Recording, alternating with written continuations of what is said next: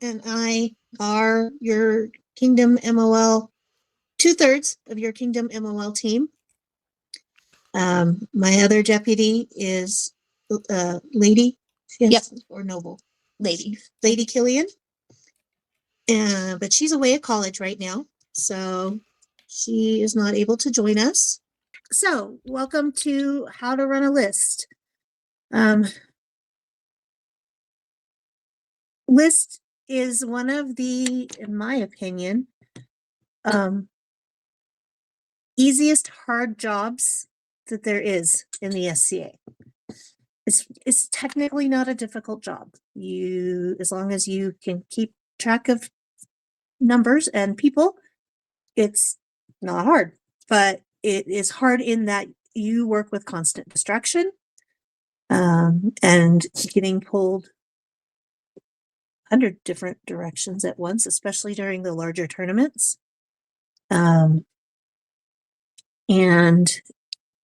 preparation, I feel, is key.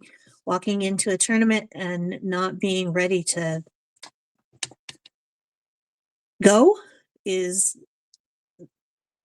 going to pull the rug out from under you faster than anything else, I think.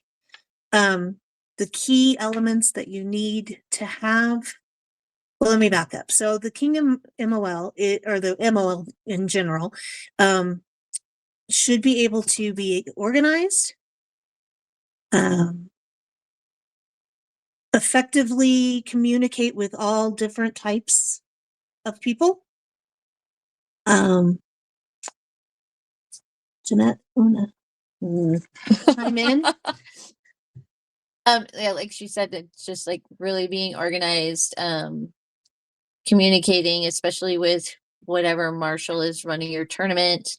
I know for us, we like to get in contact with them prior to, like, so that again, you're coming into your list table knowing a general idea of what type of tournament it is, what the format's going to be, that sort of thing. You can never know how many people you're going to have until you get there, but like, and then also being able to roll with the punches, because a lot of the times they change formats in the middle of the tournament based on time constraints, the amount of rapier fighters and everything that you would be having at your tournament. Or heavy weapons. Fighters in general. Fighters, just rapiers. Yeah. Sorry, fighters in general. She's a rapier family. So the thing is, the thing that I like to impress the most on my MOLs is that integrity and impartiality are key to successfully being able to run a list. Sorry, Jenna and I both are members of a household that is very, very involved in the fencing, the rapier, what are we calling it? Light? No, we don't call it light anymore.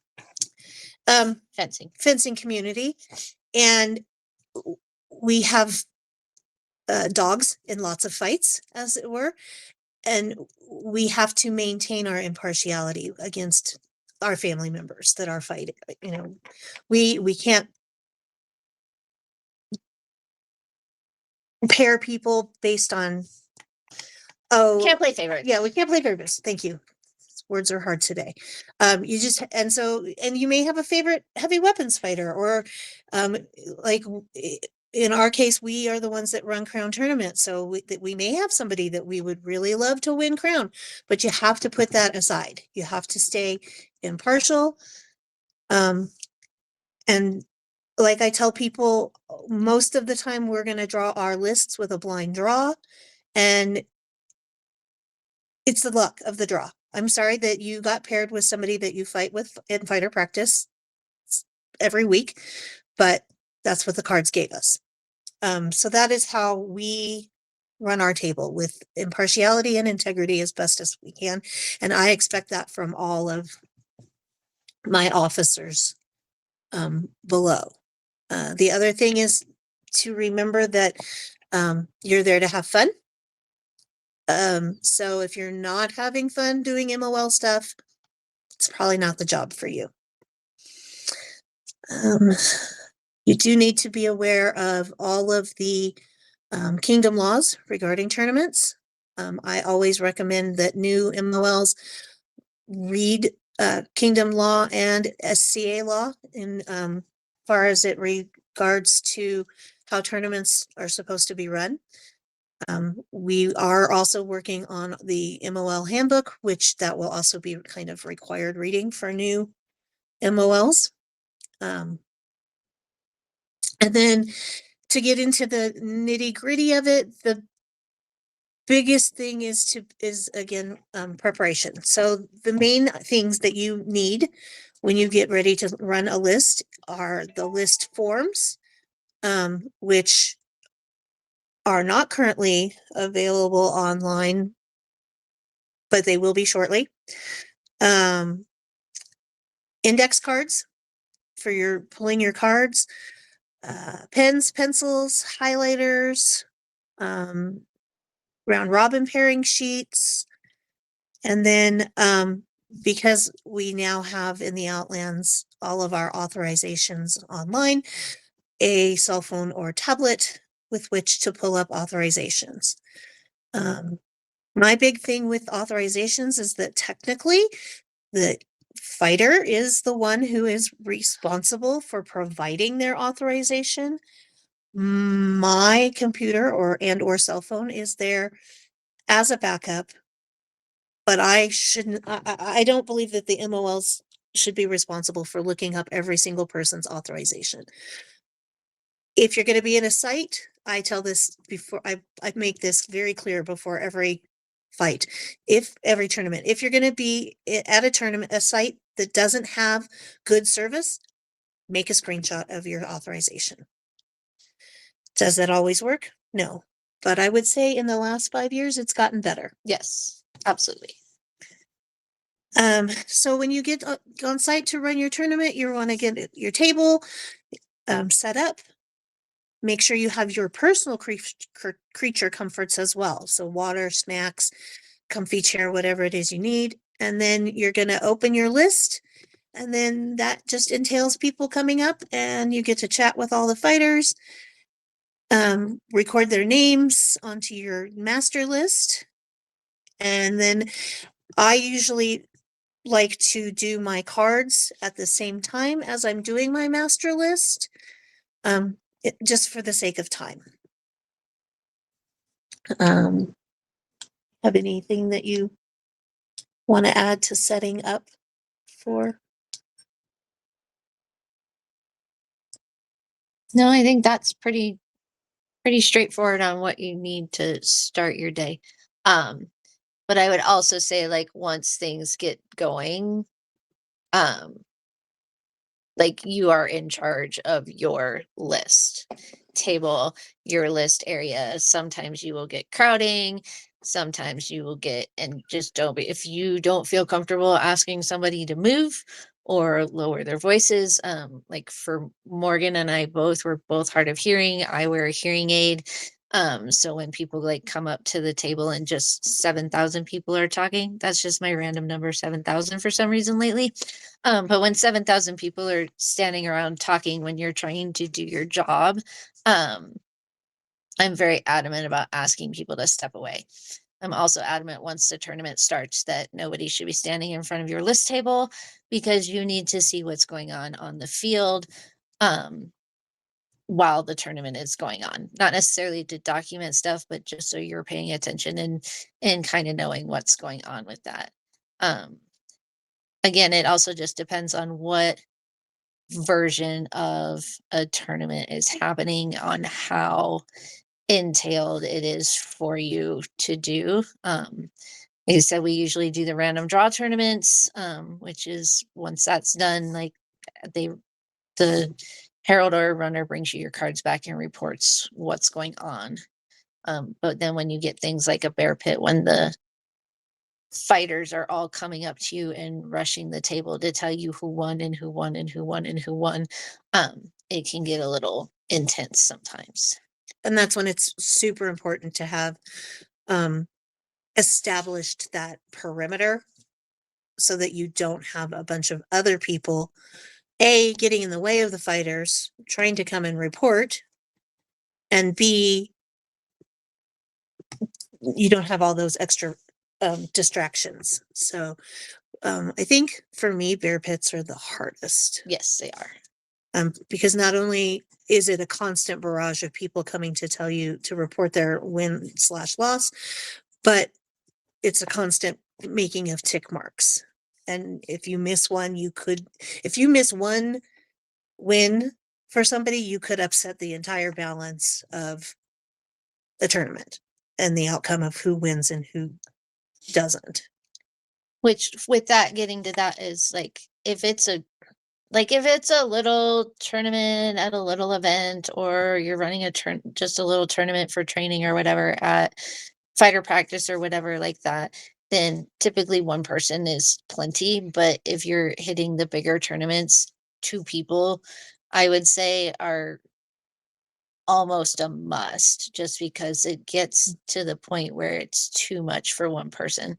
Like running tournaments at Battlemore, we always assign 2 people to every tournament, because you get things like 85 rapier fighters, 65 heavy fighters in a sword and shield tournament. And so we always make sure that there's ample amount of people to carry the load together, because nobody should have to carry those loads themselves. No. What do we have, like 102 once at a Princess Protectors tournament?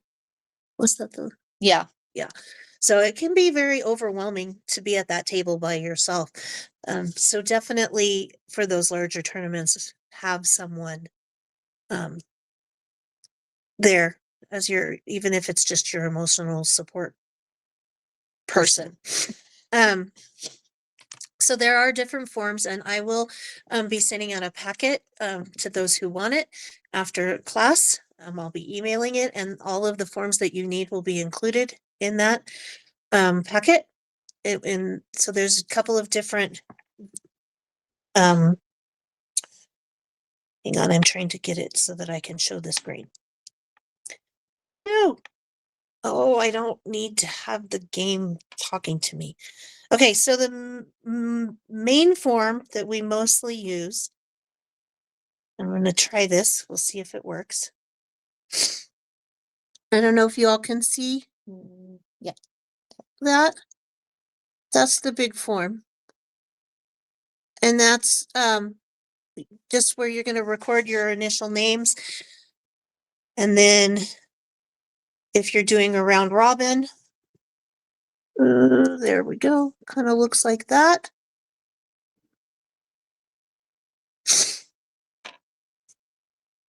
And this is the important one. Sorry, I was writing. Okay, put that back so I can show. Yep, Okay, thank there you. we go. And then this is going to be the new, hopefully. There we go, sorry. Tournament reporting form. It looks very similar to the old one, but this is what you'll be sending up office. So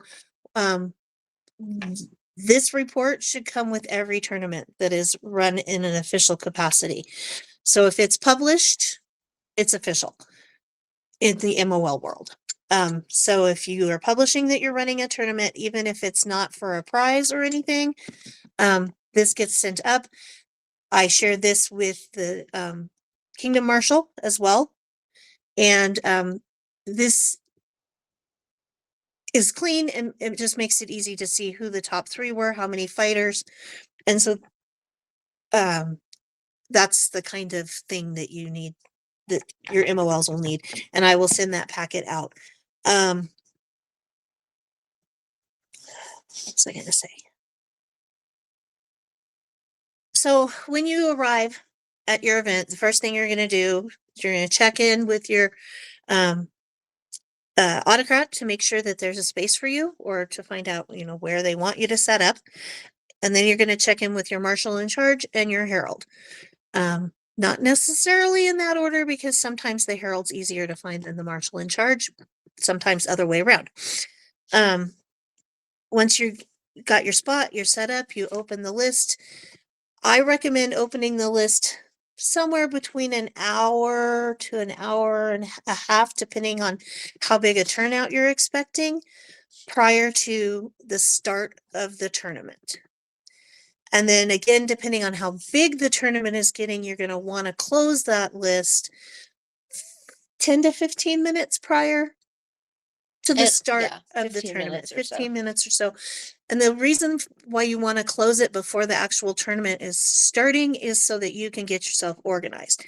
If you're going to have to draw cards, that's when you're going to be drawing your cards.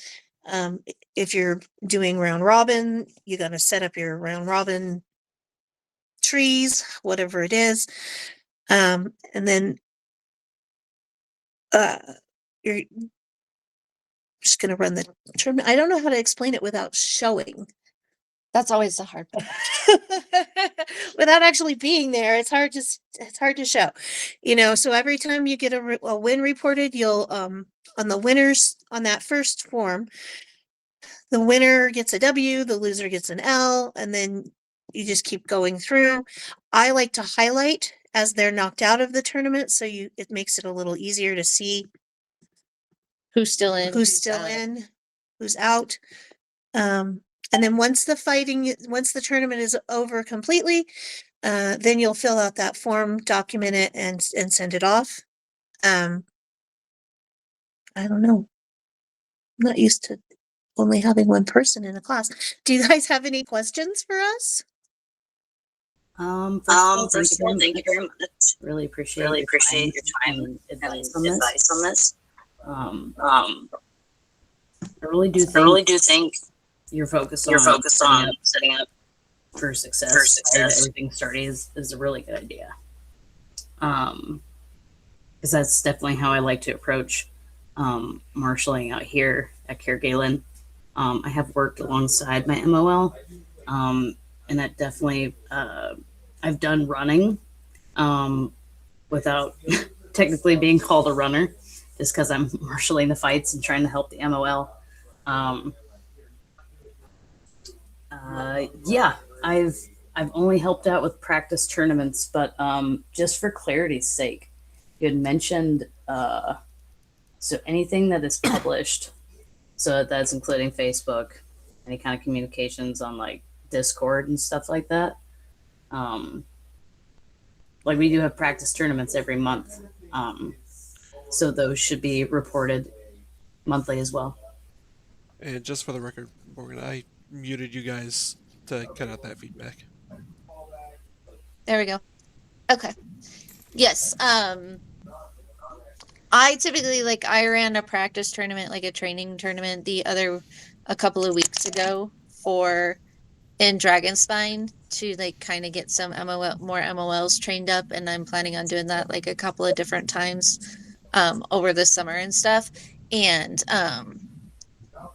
yeah, that's one of the things I did. Even as deputy MOL, I filled out a report and sent it to Morgan.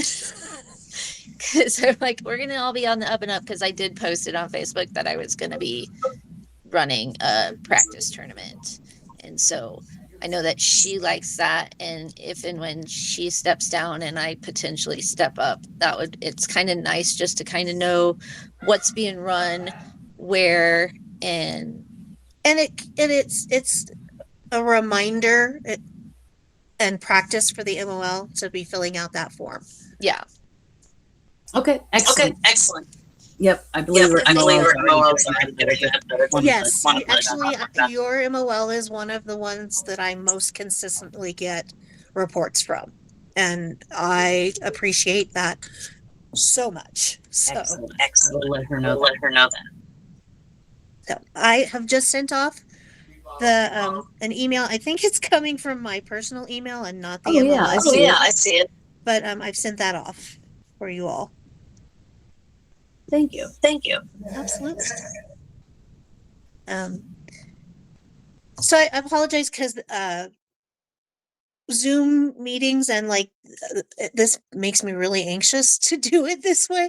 So I'm sorry that I haven't been the best teacher, but hopefully you got some good information out of it, and I appreciate that you've been here.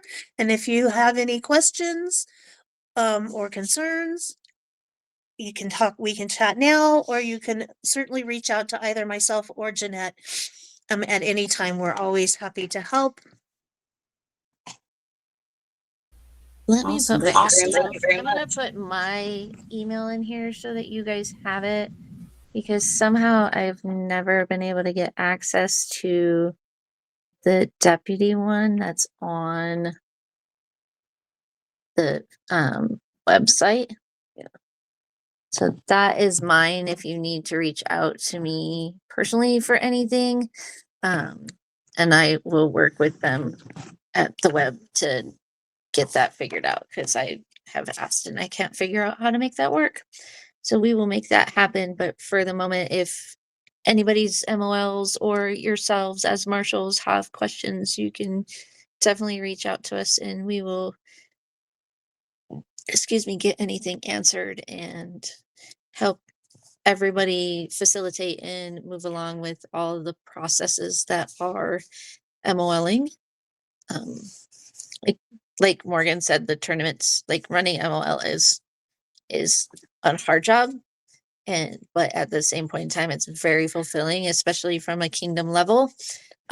Because as Kingdom MOL and Deputy, we get to do all the kingdom tournaments. So we run Crown List, we run Princess Protector, we run Protector of the Queen's Heart and the Queen's Favor and the Defender tournaments for the Queen at Coronations, and we run Crown List and Princess Protector at Crown Tournament, which will be next weekend. So, and then Sword and Shield of Battlemore. Oh, yeah.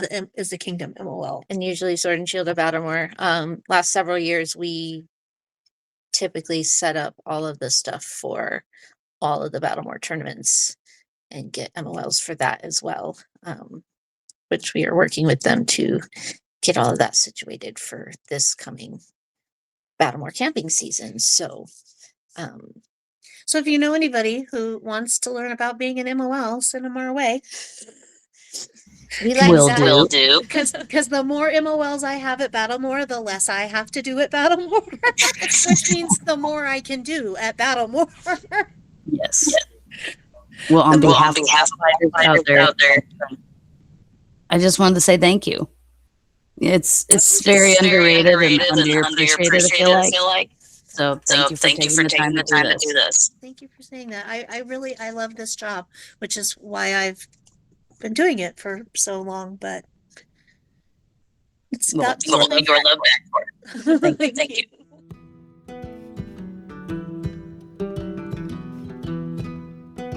As a Kingdom MOL, we are technically a minor office under the Kingdom Earl Marshal. So we answer to whoever at the time is Kingdom Earl Marshal. Right now that would be Morgan. And we do what he needs us to do, kinda. But really the main purpose of it is to the majority is to compile all of the reports from local MOLs when they run tournaments and stuff and get that over to in our monthly report that goes to the Earl Marshal, and then the Earl Marshal does what he does with it. So like if for some reason there was an injury, we document that. If how many fighters, what type of tournament it was, whether it was rapier, whether it was heavy, whether it's an archery tournament, because sometimes they do need MOLs, whether it's an equestrian tournament, because sometimes they need MOLs as well. Predominantly, most of the MOLs are just going to be running rapier and heavy tournaments. Usually like equestrian does their own MOLing if it's actually really even needed, and the same with archery. So then they just do that in their reports. And like we said earlier, we're typically in charge of running the Crown List, the Princess Protector, and the tournaments for Queen's Favor, Queen's Defender, and Protector of the Queen's Heart. And then Sword and Shield of Battlemore is another big one. And typically because the tournament becomes so big at Battlemore. For the Lady of the Roses rapier tournament, typically one of us will run that tournament as well, just because, like I said, it's a really large tournament, Yeah, sheer size alone is, daunting sometimes, and depending on the formats that they run. So then, like I said, we just compile all of the information and then we report that to the Earl Marshal for him to do as he will with that.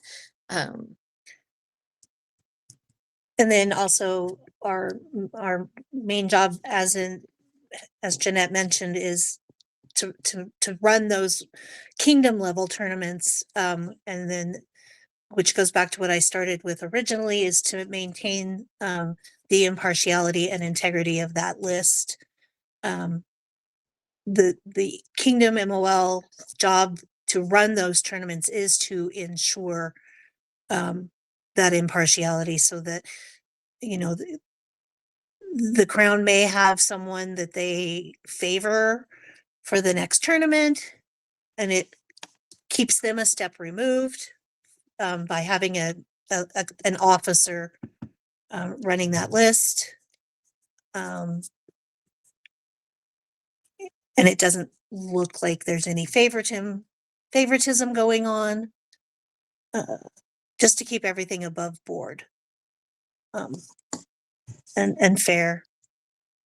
And if for some reason, as a kingdom officer, like you can't make it to said tournaments and your deputies can't make it to said tournaments, it's also your job to find somebody To appoint a replacement for that purpose. Again, still to keep that impartiality and make sure that things are all running above board with those very important tournaments that determine the next steps in our kingdom for crowns. keep things legal and above board. That's our job. Keep things legal. Also, part of that then is also like just making, well, Earl Marshal typically for like a crown tournament will check typically if you're on the crown list, you don't have to check like memberships and stuff, because you have to be a member in order to be on that To list. participate in that tournament in the first place. So we don't have anything to do with that portion of things, but we do always ask like the combatant to come in and check in with us to make sure that they are there. Like we usually have the list in advance. We usually have the style of tournament in advance. And then like specifically for a crown list, in between each round, we report to the crown. This is who's still in. This is, how things are running. This is the order of your list for this round. And then they approve that list for us. And that way it's just all running smoothly and they are in the loop, but still a step removed from doing all of the pairings and all of that kind of thing. With Crown, the way the list is run is a little bit different, because the first bout is always, Most always is traditionally, we'll use that word that the Outlands loves so much, is traditionally a challenge round. So we can't pull that first round. We do sometimes pull the second round ahead of time, just so that we're ready to move right into the actual meat of the tournament. But leaving room for, oh, well, Sir Billy Bob and Squire David literally just fought, so let's switch their pairing.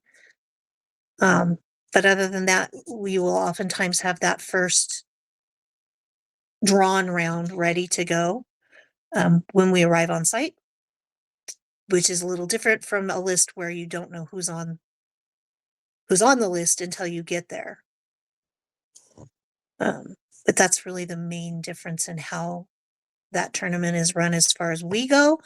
It's all still the same, blind draw, except for the one time when we did Hawk Rolls. Say unless the Crazy, crown weird. unless the crown decides differently. 90% of tournaments, crown list or otherwise, run as a blind draw tournament. They don't typically run as a tiered tournament. Hawk Girl and Adrian, when they were crowned, decided because of the numbers that we had, it worked out perfectly to actually do a regular bracketed tournament where like fighter 1 fights fighter 12 and breaking it down. Can't really explain, like those types of tournaments have to be like taught in the process. Yeah, it's not something you can just explain unless somebody's done a bracketed tournament before. Does get a little complicated.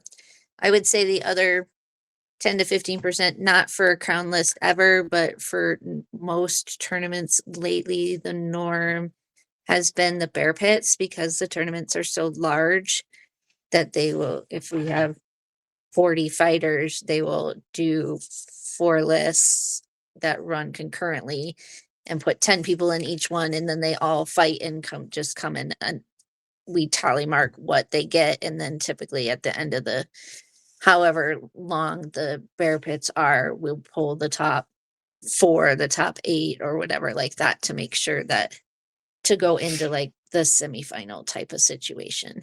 That doesn't happen with crown tournament ever. We've never had enough combatants to do have to warrant a crown list tournament like that. I know other kingdoms have done crown list tournaments like that because they have sometimes have huge ones. Callantyr just had, I don't know how Callantyrs just ran, but they just did their crown tournament yesterday and they had 25 Or combatants. when East did their rapier crown. East and did their that was rapier like crown, and that one 80 was some odd 80 combatants. some combatants, and they had to run several different lists and all kinds of craziness. But typically that is our main job, is to run those tournaments and then facilitate training and helping other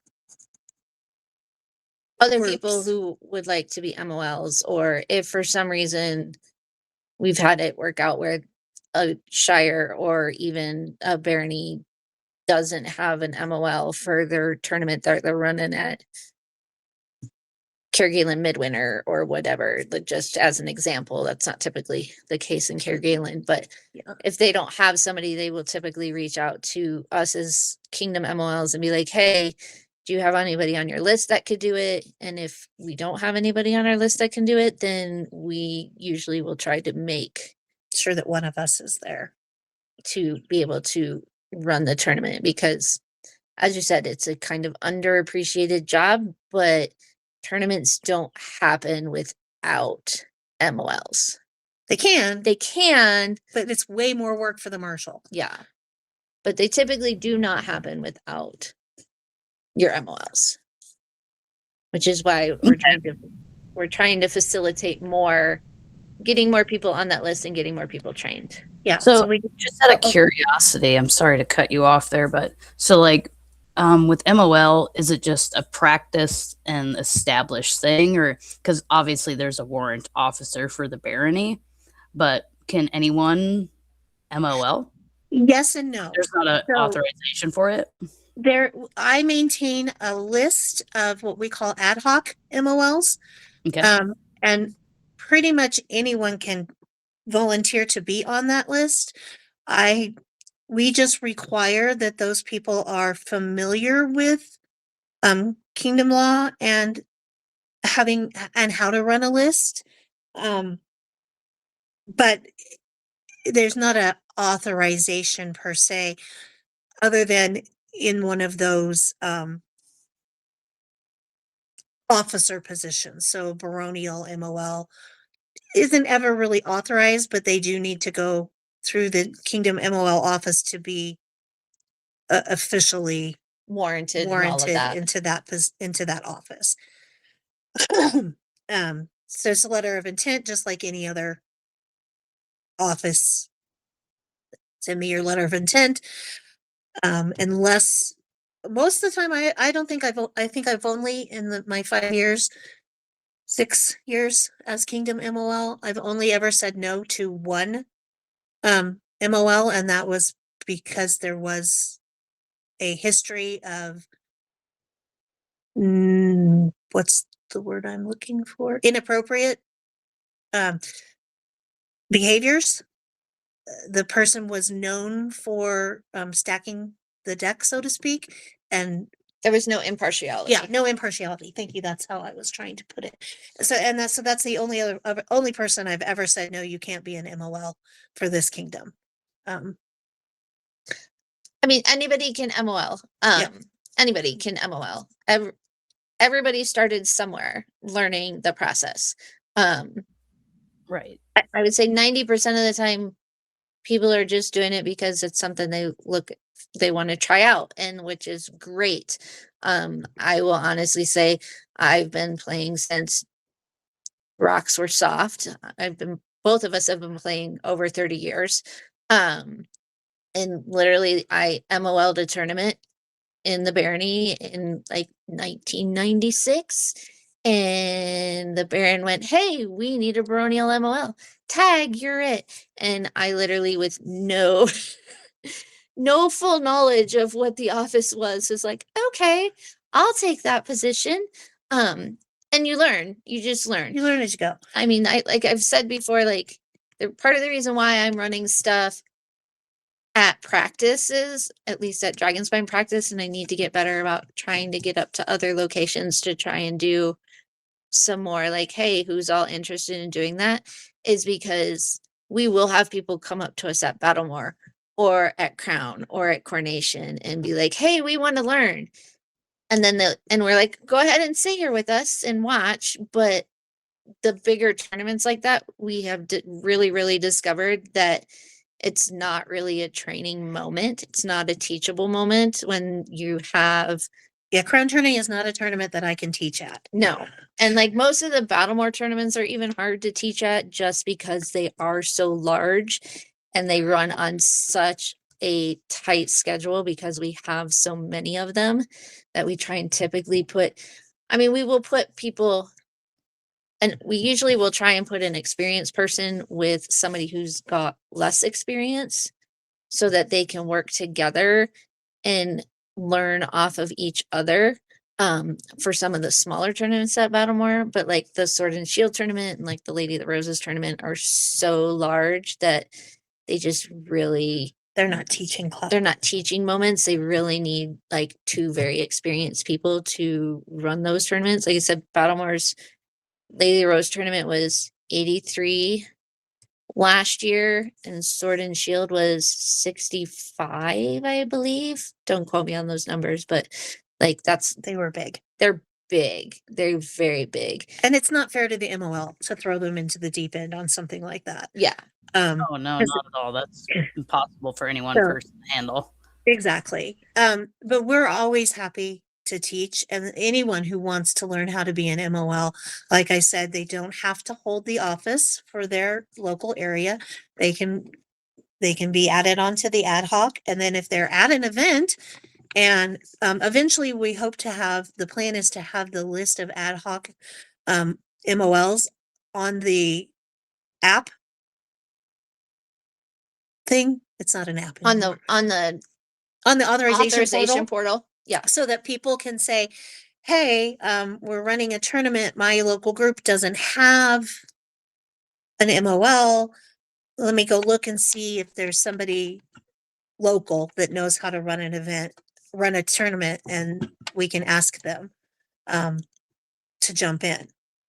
Or, if somebody is at an event and they're like, oh, we don't have an MOL. Susie Smith can say, hey, I'm an ad hoc MOL. I can help if you'd like. And that way we have a group of people so that all the work isn't landing on one person's shoulders. And we have people throughout the kingdom who can help, whether they are officially an officer or not. Right. Because also with officers, it is a voluntary thing.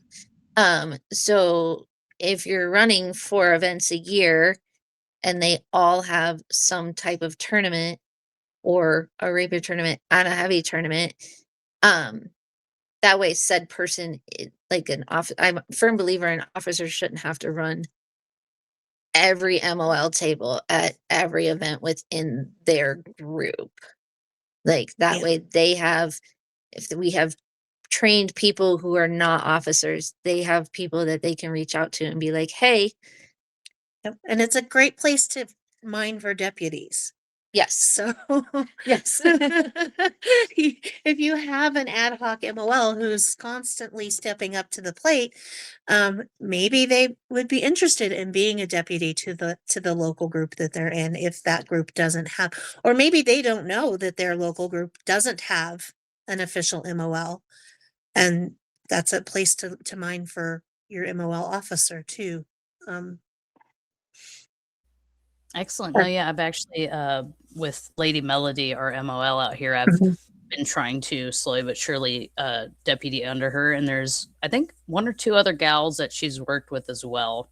Yeah, Melody has a pretty good group of people that help her up there. So I think it's great. And the other thing is that a lot of times the MOL group is fed by fighters. Not a lot of MOLs come to the MOL table not having never been on the field. Or at least associated with a group of other fighters. Like I started as a fencer. So did I. And then I had a series of injuries and disability, and so now I can't fence anymore, but I still wanted to maintain that contact and that involvement with the fighting community, so I moved into MOL. It's a great way to continue to support your community if you can no longer do what you started out with. Or there's fencers that are like, hey, I don't have to fence in this tournament, or I don't want to fence in this tournament, or a heavy weapons fighter, either way. But I can run the list, like I'm on injured reserve. I can help run the list, which is great. And it works the opposite way though, because now they're coming in with a knowledge of how a tournament works from the field. And so they have a little bit of an idea of what a round robin even is before they sit down at the table.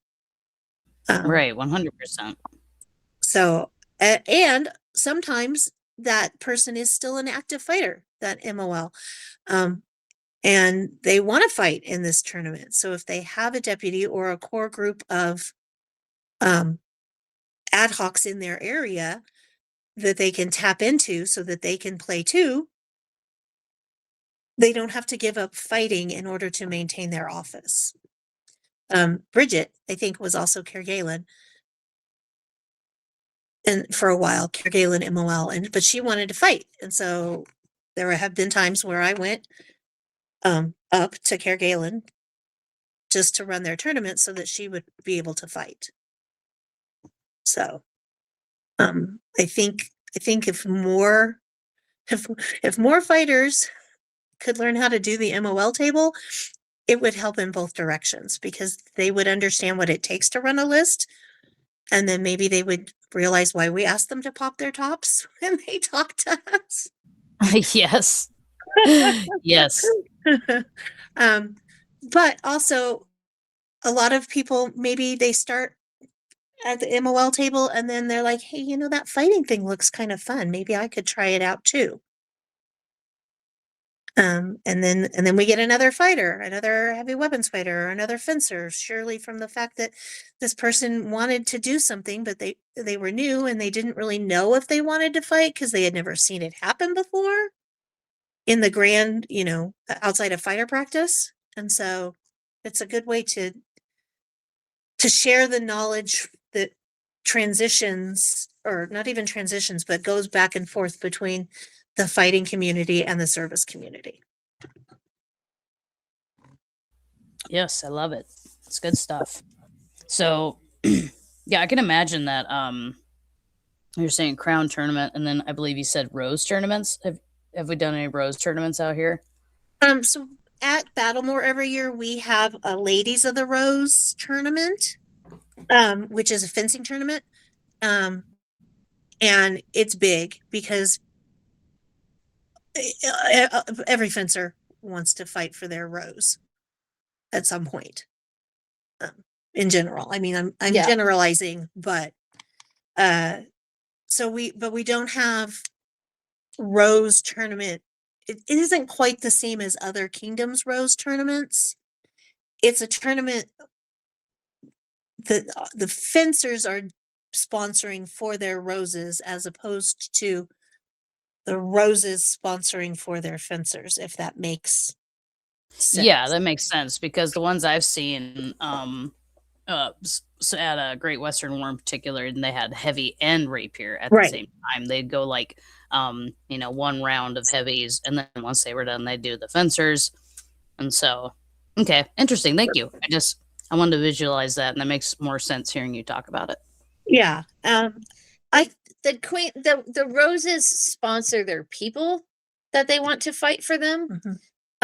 In that aspect, but in the Outlands, it's the rapier community giving back to the roses versus like most places like the Great Western one and everything, it's the roses serving and giving back to their rapier fighters type of situation. Yes.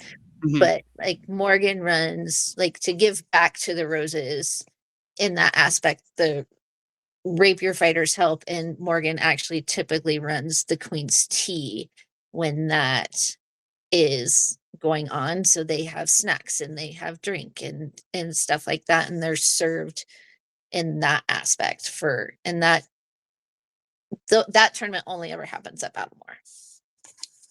So I think it would be great if we had more roses tournaments, if we made a bigger fuss over our queens and our roses like some other kingdoms do. But the one in particular that is the Outlands traditional Ladies of the Rose tournament is a rapier tournament, and it's the rapier community giving back to their roses. Excellent. No, yeah, we had a mock tournament out here for one of our practices, and I called it the Holly tournament, where basically any consort, or any, favor or honor bearer could step forward. And then they would have a fighter or two that would go out and fight for them. And we did both rapier and heavy. So I think it's great. I love favor tourneys myself. I think we could do more of those. Because there are a lot of people who would love to have that experience of being a consort or having someone bear their favor, that don't get to have that experience because either they don't have a significant other or their significant other doesn't fight. Yeah. So, I mean, I would love to have somebody fight for me because my significant other isn't in the SCA. So, like, I'll have somebody that fights in my favor. I mean, that's how the Sword and Shield tournament of Battlemore kind of is like that, because you fight for a consort and you can pick who you want to fight for you as a consort, who you want to fight for. To have as your consort. I also noticed that there was a banner tournament coming up as well. And is it the only caveat with that is you just have to have a banner of some sort? Oh, is that the banneret tournament up in Windkeep? Is that the one in Windkeep? Yeah, I believe. I haven't actually, I can honestly say I haven't actually looked at that yet. Let's find out. Because that's in July, right? Return of the Banner tourney. Oh yeah, see, I can't go that weekend because I have to work.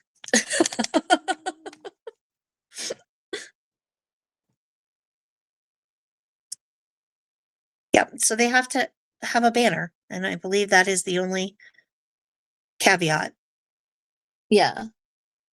According to the event page. According to the event page and my sketchy memory of past banner tourneys, is you have to have a banner, and if I'm remembering correctly, it doesn't even have to be officially, like your arms. Your heraldic, your past heraldry arms. Okay, it doesn't have to be a registered device. No. Of course we encourage that, but it can be one that's still that hasn't been registered yet that you want. I remember a banner tournament where several of my previous household, we have had a fun little group back in the 80s and 90s, called Happy Clan. And we all had smiley faces, the smiley face emoji. And a bunch of their banners were just smiley face banners. I love it. So It's just a good way to bring pomp and some circumstance pageantry and to pageantry. and to remember why we play this game is not, I mean, it's to smack our friends and have beer with them afterwards, but it's also like, to celebrate the Middle Ages, and that was all about the flash and the banners and the stuff. So Yep. I would love to see more tournaments like that with a little bit of a theme to them. I think it's just fun. I will say MOL always has the best seat in the house. Next That to is the other next to the crown. next to the crown. The MOL has the best seat in the house because people are not allowed to stand in front of us. So we get to see everything when we're not face down In paper. in tally marks and papers. I will say that. That's kind of why I like regular tournaments better than bear pits because I actually get to see the tournament. Yeah. And yeah. I get to watch our fighters do cool stuff.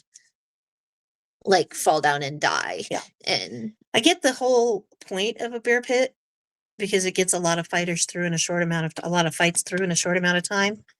But I wish we did fewer of them just for the sheer show of the tournament. do y'all have any other MOL questions or any other SCA in general questions that we might answer? Yeah, we've been playing this game for a long time. So if you have general SCA or Outland questions, we can probably answer those too.